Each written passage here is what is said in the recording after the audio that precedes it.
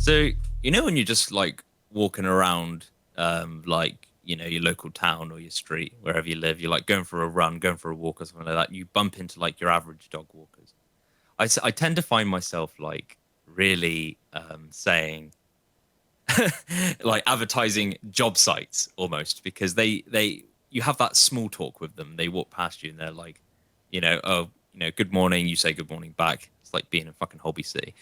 And then they say something like, oh, because they can't think of anything else to say. They're like, oh, nice weather. And I go, indeed. But yeah, enough of that shit. Let's get to the point. Hey guys, welcome back to Fortune Theory. Sorry about that bad joke. So here we are again for our bonus episode. Terrible. That was fucking awful. It was away. Yeah, so here we are again for our fourth or fifth bonus episode for Fortune Theory, talking about episode 4 of Loki. Yeah. Hopefully you guys have had a chance to watch it now. It's available right now on Disney Plus. Go check it out before you get spoiled in this episode. Us breaking it down. So if you're new to the channel, I'm Oliver. This is Patrick. We do videos every Friday. And at the moment, like basically quite a lot. Very unorthodox. Yeah. We do. Yeah. We do videos like, we do Friday's average the episode main, videos every. Yeah. And then Wednesdays is bonus one. And for anyone that doesn't know us, we talk over each other a lot. As Ollie will love to complain about that I do a lot. Thanks, Pat. I feel like you've every time I try and say the point you talk over, so I'll just I'll there we go. Well, that's us. There we go again. Where were we? Yeah, so episode 4, Pat, your thoughts. I'll let you talk. So episode 4 of Loki is probably one of my favorite out of the series. I mean, the last episode was a very sort of filler in a way, although it was obviously explaining. It literally was Loki and Loki. It was Loki and Sylvie. It actually, being on. Did we get it right in the last episode? Was it Lamentis 1? Was that yes. That was the name of the planet? Yes, Lamentis 1, Lamentis 1. or hashtag 1 or -1 or something like that. But they just call it Lamentis 1. But abbreviation just Lamentis. Yeah, which is the obviously major apocalypse in Marvel comic lore. Like all the comic book fans are gonna I'm not even gonna say that. They're just gonna go mental basically when it comes out. Yeah, so that Lamentis 1, we find out in episode 4, the portals open up into the TVA, and Sylvie and Loki. I knew that's how they were going to get rescued. And they get rescued that way, and they have a bit of a moment between the two of them, which Morbius ends up getting creates to. A Nexus event. Nexus event, yeah. As they say, as obviously that's what they refer to it when someone breaks the sacred timeline, which is obviously the name, which is also the name of the episode as well. The Nexus event.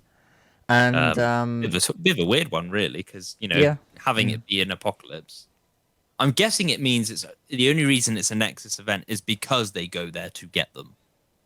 Well, yeah, because obviously Sylvie, as the variant, was hiding inside all the apocalypses, and then she created the Nexus event. Nexus events don't turn up.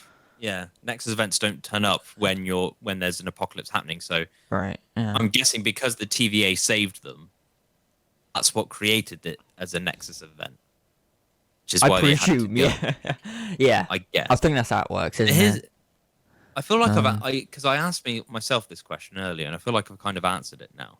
So, imagine if the TVA was real, right? Not saying it's not for any true believers out there, Stanley.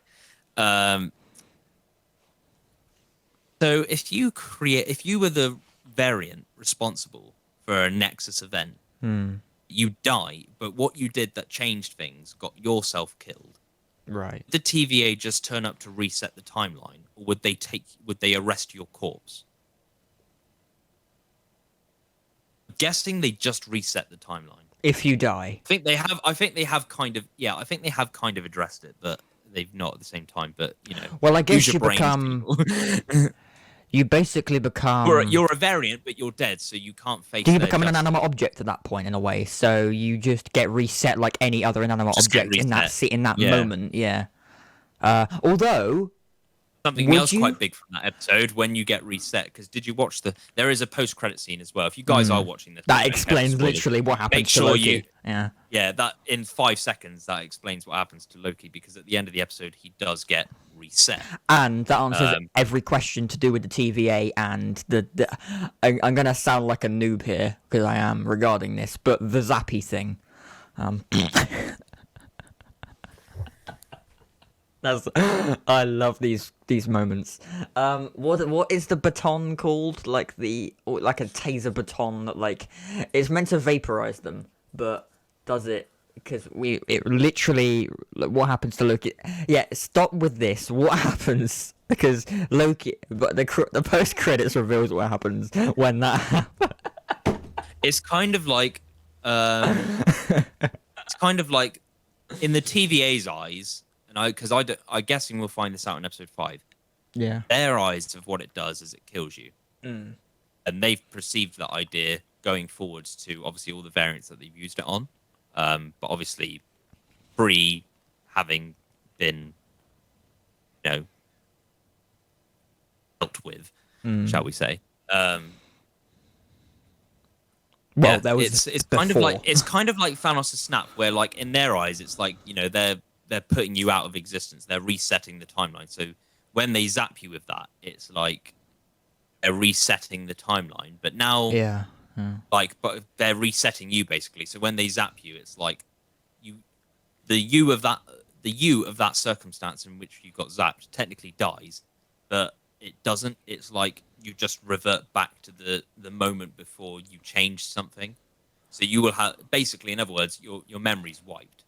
Well, what Your I was memory and wondering. your memory and your life is wiped Yeah. post the point before you changed what you changed, and that's what happens when you get zapped. So technically, Yeah. you of that reality dies, and everything that's strung from your life from the moment you changed, from the moment you caused the Nexus event, it's wiped. So your current circumstance now in this new branch reality version of yourself has died basically, but you're not dead though. It's like your whole life, body, and experience is just formed back into a version of yourself from the past. It's like traveling back in the past but being back in the body you were in back in the past. Like say like 5 years ago, I was really fat, bulky. I had like some pus wart on my stomach or something like that. It's like going back into that body of yourself Right. back in that point, if that makes sense. Probably the easiest way to explain it. For the record, I did not have a pus spot on my body. I was gonna say. I was large. I don't know why. I was just trying to make a point. Yeah.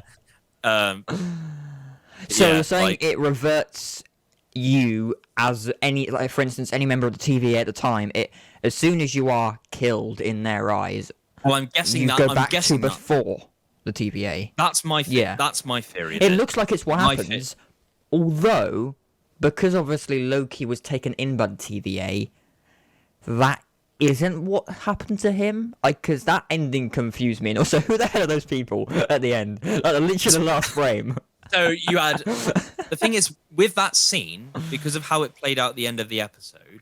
I Yeah. know that they have this thing of like post-credit scenes because it's a Marvel thing, but like, and I've noticed that they've done it in the second half of each season so far. They did it in Falcon and Winter Soldier. They did it in WandaVision, come like WandaVision. episode 7. They're now doing it in the second half of Loki because Loki's only 6 episodes, and we're gonna get these post-credit scenes now. So like for the next 2 episodes, I expect you guys to stay on post the credits before the Georgia logo and then the average black screen credits. Like there will be an after credit scene during that point. Past Georgia, there won't past where it says Georgia and then it shows the rest. There won't be anything. But if it was me, I would have kept that. I wouldn't have kept that. I would have left that for episode 5. That would have been to me better to do. What? To Don't reveal do who at the they beginning are. of episode 5. Don't reveal that he's alive from his reset. Yeah. Because now, I think, based off the location, I think it's even in the trailer as well. And if Pat's not too squeamish about it, we might add the shot as well if he wants. I'm the opposite of squeamish. Don't worry. Yeah. There's a shot in the trailer where Loki wakes up where he stands up and he's in like an apocalyptic New York, and that's kind of Yeah. where that looks like. That's what I presumed from like That's where you see some from the blur. shot angle. That's what it looked like. Yeah. At least like the Yeah. outskirts, maybe like parks around it, maybe. I'm guessing from what's happened is that from him being reset, it's like Thanos' snap, where he's like the TVA are like the reality in which like everything that they've got rid of is out of their hands now, and it's gone. But they're not actually dead. They're just like willed out of existence, and they're like in they're kind of dead, but they're not at the same time, and then they can be brought back. But it's kind of like that, but it's different because like the TVA has like practically killed them in their eyes, but actually what they've done is reset them. So what they believe has happened is that they've, like I was describing, they've gone back to moments before they did whatever they did that led to the Nexus event Hmm. to prevent that from being an occurrence. When actually Loki clearly has his memories of saying, "Oh, I'm not dead." He's on the Yeah. ground. He's like saying he's not dead. He's still got his TVA like variant uniform on that he's had for like the past few episodes, and then he meets the WTF moment of the other Lokis. That's who they. That's who they are. They are other variants Ah. of Loki. If you remember from episode 2, where Morbius is going through the slideshow before they take Loki out on the mission of all the different variants of Loki, that's who they are. And you've Huh. got Richard E. Grant as one of them, and I can't remember the actors who played the other ones, but I recognize their faces. They're some big people. Like, apologies if I'm not elaborating on who they are, because one, it's spoilers, and two, Can't remember. to the point of why you're saying why am I worried about spoilers when we've already spoiled a lot of it. I don't remember their names. The No. actors, but recognize their faces. Spoilers for the All I remember is Richard E. Grant was there, Yeah. and I think he was also the one that did the voice as well. That could be completely wrong. Hmm. Like, you if you want to survive, you come with us. Basically, I think he said, Yeah. and then you just get the reveal of all these variant Lokis. That's going to make an insane episode 5. I wasn't expecting that. Hmm. Like, surprisingly, it's worked really well with this series. How everything that you'd expect to come later has come first. Mm-hmm. Like, I didn't expect a Timekeeper's reveal or anything even remotely close to it until at least like the end of next episode of episode No, 5. but we got it. What, the end of episode But 3 we got or beginning? well, Technically the end of 2, I think, almost, but then properly in 3. no, I mean, we got it in this episode really. But this was Like, the main episode, obviously, but it was obviously main episode where we finally got like a sort of semi reveal. But then Sylvie goes to like kill one of them, and they reveal to be androids. So were they androids all along? Is that who they are, or is there like and the real versions of them are like elsewhere, or what? I or no. is the TVA just It's some sort of like are they, if they are the real timekeepers, TVA like some because sort of the thing is in Ant-Man and the Wasp: Quantumania, the third installment, Kang the Conqueror is coming in, and Ravonna Renslayer, who showed her true colors in this episode, is like, who's like consulting with the TVA, and she's kept all of Morbius's trophies in her room. Like, that's who she is. I think he's calling her Ravonna. I think in the comics she's called Ravenna, or vice versa. Okay. But I don't know if it's Owen Wilson's like Texan accent that's causing him to not pronounce her name right, or if it's just because that's how her name's meant to be pronounced or whatever. But like, he is Texan, isn't he, Owen Wilson? He sounds it, and I think so. He kind of sounds it a little bit. He's like not sure where he's Woody Harrelson. He's kind of got like Woody Harrelson's like voice. I'm not sure. It doesn't So, sound quite. Doesn't, not to be too stereotypical of Texans, but it doesn't sound like, country enough for Texas. It's not like Lucas Black. It's like It's not like Lucas Black Cowboy Texan. It's like, no offense to Lucas Black, by the way, you're like one of my favorite actors. If you ever watched this, I doubt you would. But still, like, yeah, not being biased. He's got like this specific American, like, this Western American accent. He's got basically. Oh, Anyway, not that's a big deal. He was born in Dallas, Owen Wilson. So yeah, he is He's a Texan. Yeah, there we go. You were correct. Damn, I got it right. Whether he lives there now or not, I don't know. Yeah, but yeah, whatever. So whilst you look up Woody Harrelson to make sure I wasn't, even though he's not even in the series either, let me explain. So Ravonna Renslayer, or Ravonna, whatever you want to call her, I do apologize if I'm getting the name wrong. Renslayer is the only real importance of that name. Obviously, she was like the judge when Loki was on trial in episode 1. she in the comics is actually the love interest of Kang the Conqueror, and obviously, like I just was just saying, Kang the Conqueror is going to be the villain in Ant-Man and the Wasp: Quantumania. Texas as So well. there's loads of rumors that is he Texan as well? Is he? Yeah, both Yeah. from Okay. Cool. Texas. So yeah. Shut up. So I believe that Kang the Conqueror. There's going to be some big Kang the Conqueror villain reveal at the end of the series. Like, but I think Ravonna Renslayer is going to be like this sort of like series villain. I've noticed that actually. Like since WandaVision, they've had female-led antagonists for the series. They had it for WandaVision. They had it for um, Falcon and the Winter Soldier with the character Carly. Of I was thinking they were going to do John Walker for that because, like, Strong female the roles. whole There yeah, we go. which is great. It's Hmm. great. I had it in Thor Ragnarok. They did it again in the second Ant-Man film, Hmm. and now like keep the trend up, keep it with Loki as well, because like these actresses they're getting literally live up to the role and really outstanding like performances for women playing these like big characters, big women characters, big villain characters. I almost merged the word woman and villain. Then it's like yeah, Big villain just woman. be careful. Big, yeah, big villain woman. Um, but no, it's fantastic. It's fantastic. I love what they did with this episode. Loki being a bit incest though was a bit weird, but technically, would you count that as such? Because it's like it's him, um, but it's not him because he wasn't born in the form of this person that he likes, and she's gone on to develop herself as Sylvie, something Loki didn't expect, and is technically him from another reality. So it's almost like he is dating someone new. You've just shared the same life, but because that's who he is in another wasn't reality. it So almost more technically, like she is a different. family in a way? It was more like you've almost like found your sister type of person. So it wasn't. It doesn't actually like it might have been both, but why you do that? It was actually like I mean, it could be. I guess it was obviously seen as that, but you can also, I guess, see it as like Yeah, incest is the wrong word. I don't know. that is the right word for that Vanity, scenario. vanity, But I mean, vanity, no, not like vanity. vansexuality or That whatever. is the right term for what you mean, but Yeah. it can also work in the case of they might have meant it in like he Oh, I thought it loves was going that to he's happen in episode found three, and his. that was so weird. It might be in the Tom, sense that like he loves that he's found his sister or something, and they've now got a stronger connection. It's like that type of she's thing. not. She's not really his sister though, Well, no, is they're it? the She's same like just person technically, aren't they? So yeah. it's Yeah. like I Oh, love that I I finally love the found fact you. that Sif had a cameo, and I love the fact that Sif had a cameo in this as well because she hasn't appeared since Thor the well, I think she was in Thor the Dark World. She was also in the Agents of Shield TV series as well, but that's kind of like 50% canon now. Mm. So that's a bit all over the place.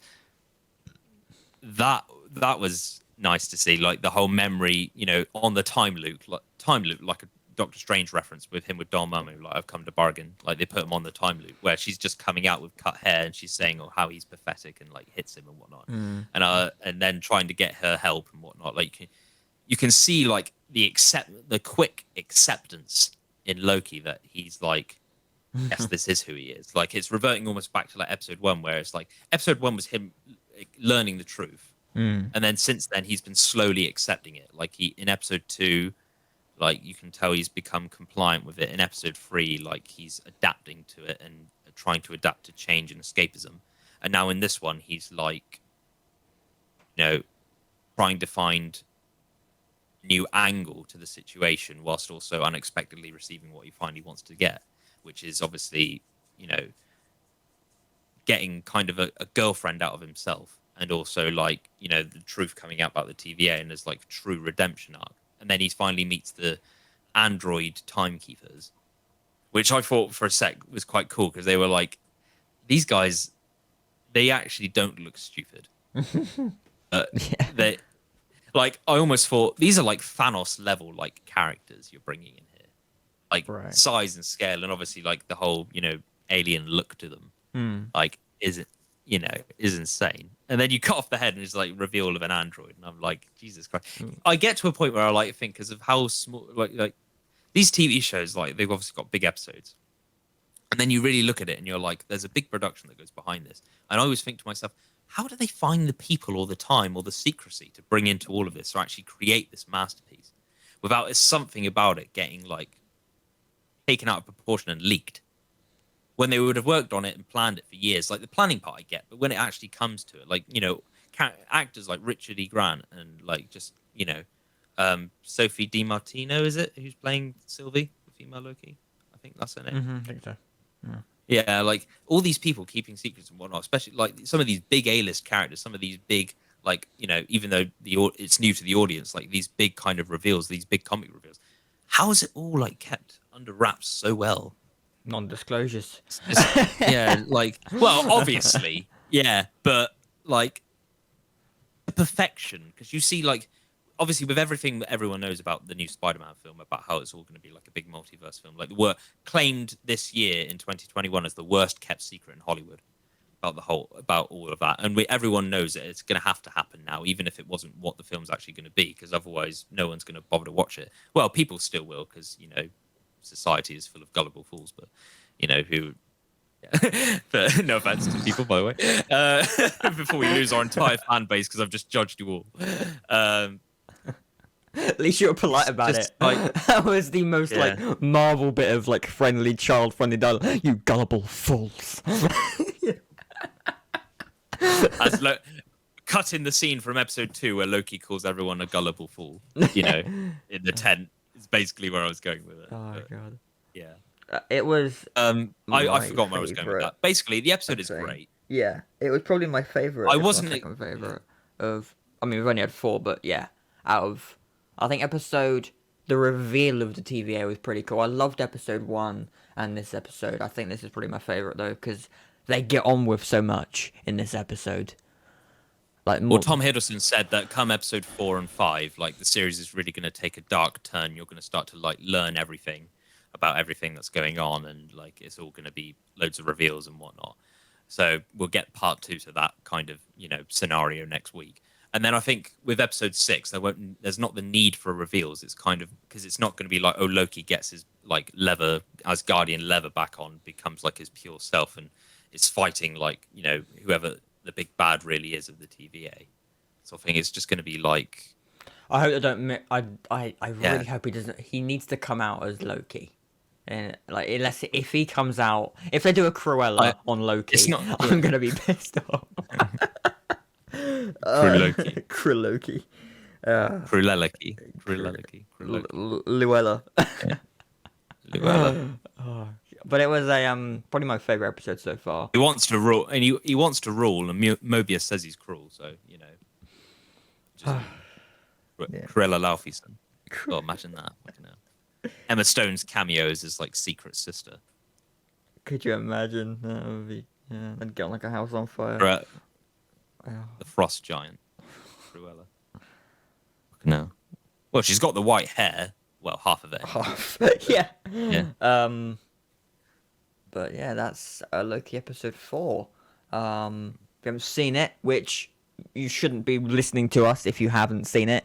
Go watch it. Why are you wasting your time with us until you've actually watched the frigging episode? So don't, bunch of scallions. We're not sorry for spoiling it if you haven't seen it, because you had a warning as soon as we started watching. If you have, what did you think about the episode? If you haven't watched it, what do you think? Comment below. If you're listening to this on Apple Podcasts or Spotify or anywhere, what do you think?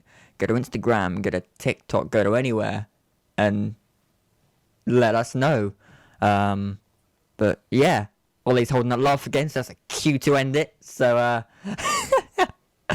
thanks for watching Loki episode 4 review, and we'll be back for episode 5, and the next episode, main episode on Friday, Justice League. So the Snyder Cut, not Justice League. So that's that.